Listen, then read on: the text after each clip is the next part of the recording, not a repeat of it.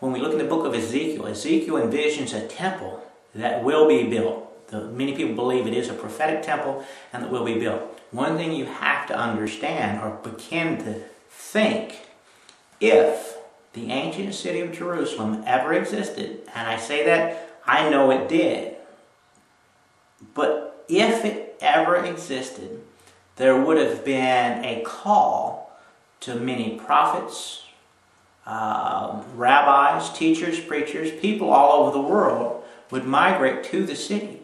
The Templars went to the city.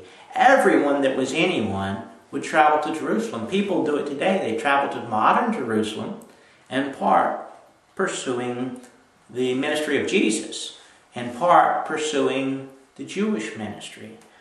What if there was an ancient Jerusalem?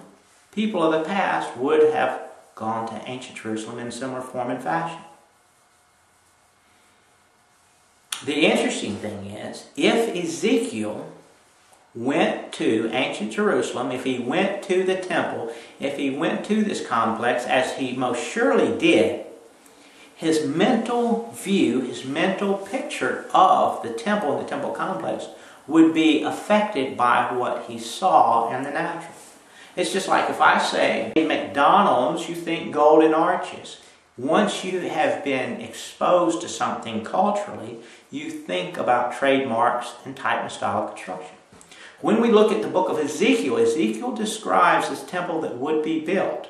And the temple, it says, look at your Bible, that it's a 3-story tall temple. And each floor of the temple is larger than the floor beneath it. Stop and think about this, people. Read your Bible and think. Is it a structure with a very small footprint built up like this? How or why would this character named Ezekiel envision such a thing? And can you read the Bible, look at it. It would be virtually impossible in the day and time. And mentally, it might be difficult for him to write it or record it because it was so whacked out an idea. Meanwhile, when you study the concept that we're releasing in this video series and our books and online that demonstrate that the temple itself was carved out in the side of a mountain, Ezekiel very likely walked in and around the original Temple of Solomon.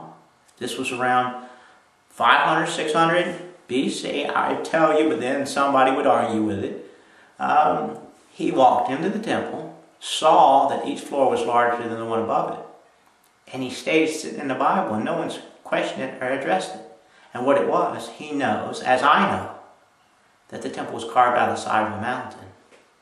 And I'll show you where it is, how to get there. Check it out. Go to SolomonSeries.com. I'll show you why Ezekiel believed he had seen what he thought he saw, why he called out for what he called for, and how it is to be built, will be built, when it will be built, and who will build it. Go to SolomonSeries.com.